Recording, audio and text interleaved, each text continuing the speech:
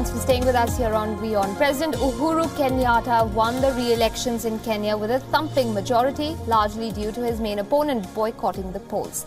The tumultuous election that has dragged on for months has left Kenya in shambles. Now all eyes are on the opposition leader, Raila Odinga, and his next move.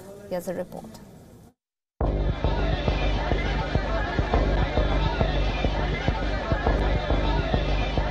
The images are hard to forget. It's been a month since 23 people died in a stampede in Mumbai at a busy suburban railway station. The Indian Railway Minister had promised action on all faulty bridges. Now, a month later, the Indian Army has been roped. All right, we will get you that report from Kenya in just a bit, but that story that you were watching relates to what happened in the Elphinstone suburban railway station just last month. 23 people died in Mumbai, as most of you might remember. The crush of commuters on the narrow suburban railway bridge sent shockwaves across the country. The railway minister promised action, and it seems the Indian Army will deliver it. Here's a report.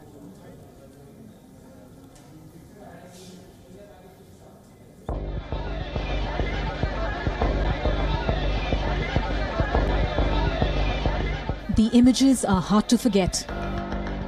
It's been a month since 23 people died in a stampede in Mumbai at a busy suburban railway station.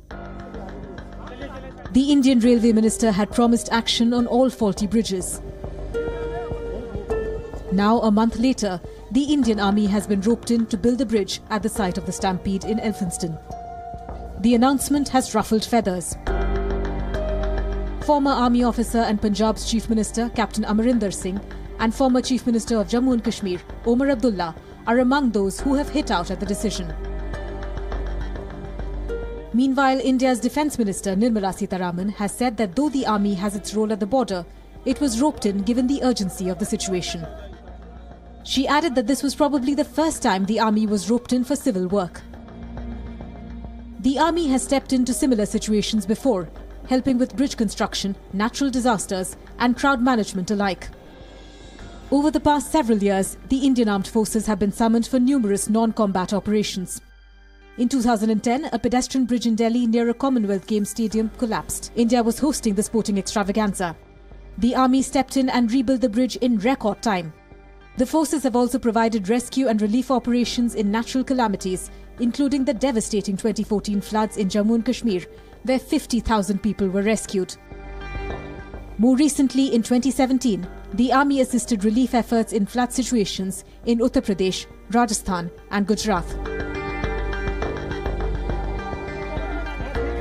Although India's Defence Minister says the Army is happy to help by building the Elphinstone Bridge, the question is, what departments tasked with these operations are occupied with? Bureau Report, WION. Multiple agencies are warning the world about the impact of climate change. The United Nations is sounding the alert on alarming levels of atmospheric carbon dioxide, a greenhouse gas responsible for climate change. A report released by the United Nations yesterday says that the levels of atmospheric carbon dioxide have touched a high that hasn't been seen in millions of years. Separately, the British medical journal, The Lancet, has focused on the ways climate change is taking a toll on global health. Here's more.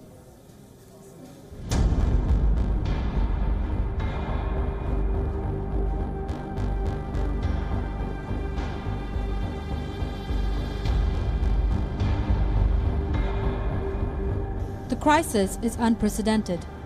The World Meteorological Organization has found that atmospheric carbon dioxide levels increased at a record-breaking speed in 2016. The report says the reason for such high levels is a combination of human activity, like the burning of fossil fuels, and a strong El Niño weather phenomenon. We have been breaking records in the concentrations of main greenhouse gases, and the annual growth of carbon dioxide in 1 year has been also record-breaking. We have never seen so big growth in 1 year as we have been seeing last year in carbon dioxide concentration. And this is demonstrating that we are not moving in the right direction at all. We are actually moving in the wrong direction once we think of the implementation of the Paris Paris Agreement. And this all demonstrates that there's an urgent need to raise the ambition level of climate mitigation to be, if we are serious with this 1.5 to 2 degree target of Paris Agreement.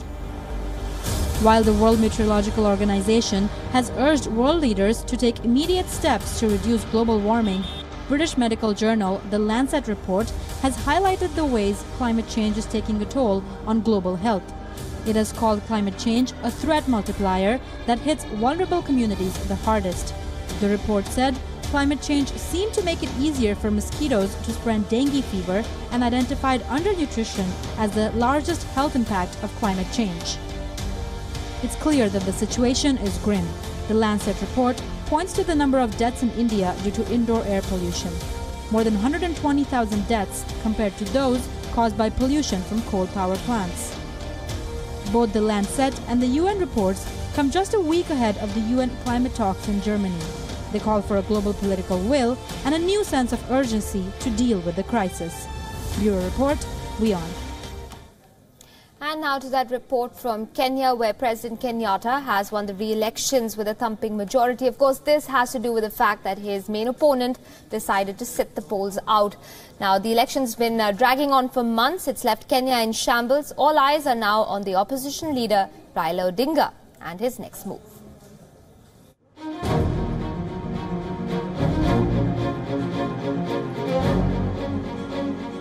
For the second time in 3 months, Uhuru Kenyatta was declared the winner in the controversial repeat presidential elections in Kenya.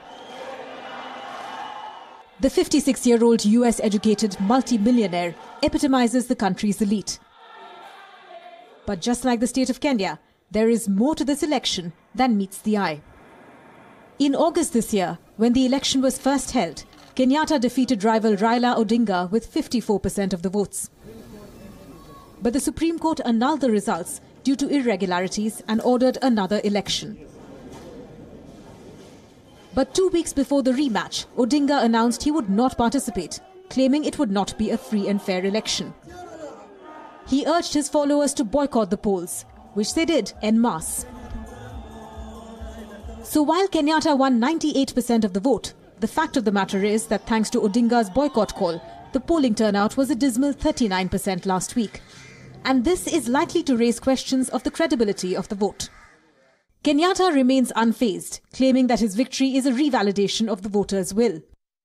On the 8th of August, 15 million Kenyans came out to vote. Of these, 8.4 million Kenyans voted for me. On October 26th, 90% of those same voters came out once again to support my bid. Though he is not underestimating a challenge to his re-election in court. My victory today is just part of a process that is likely to once again be subjected to a constitutional test through our courts.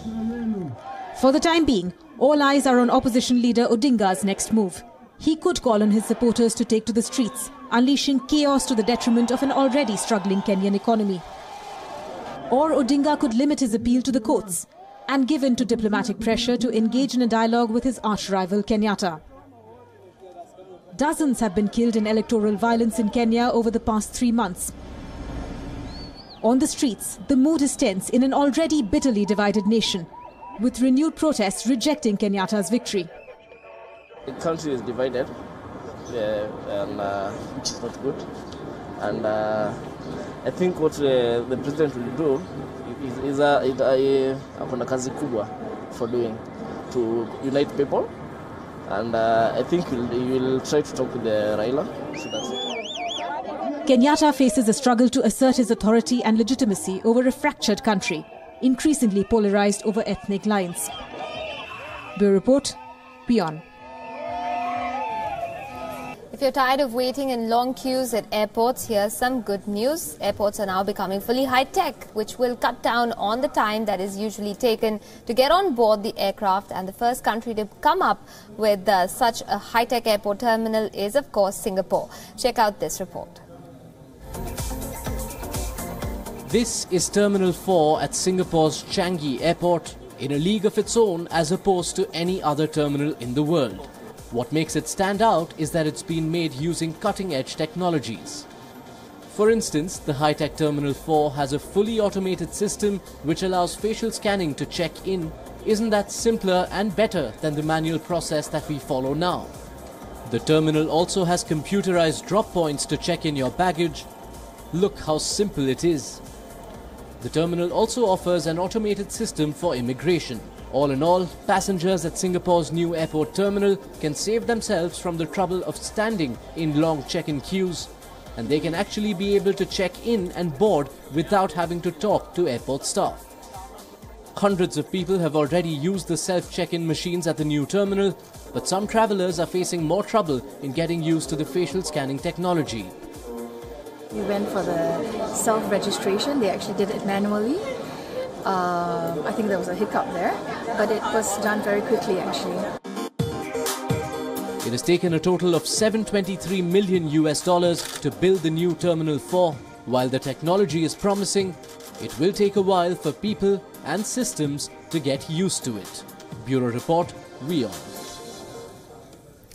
Now, amid allegations of Kevin Spacey's sexual misconduct, it's been reported that the Spacey starrer Emmy-winning Netflix series House of Cards is going to come to an end with the 6th and final season.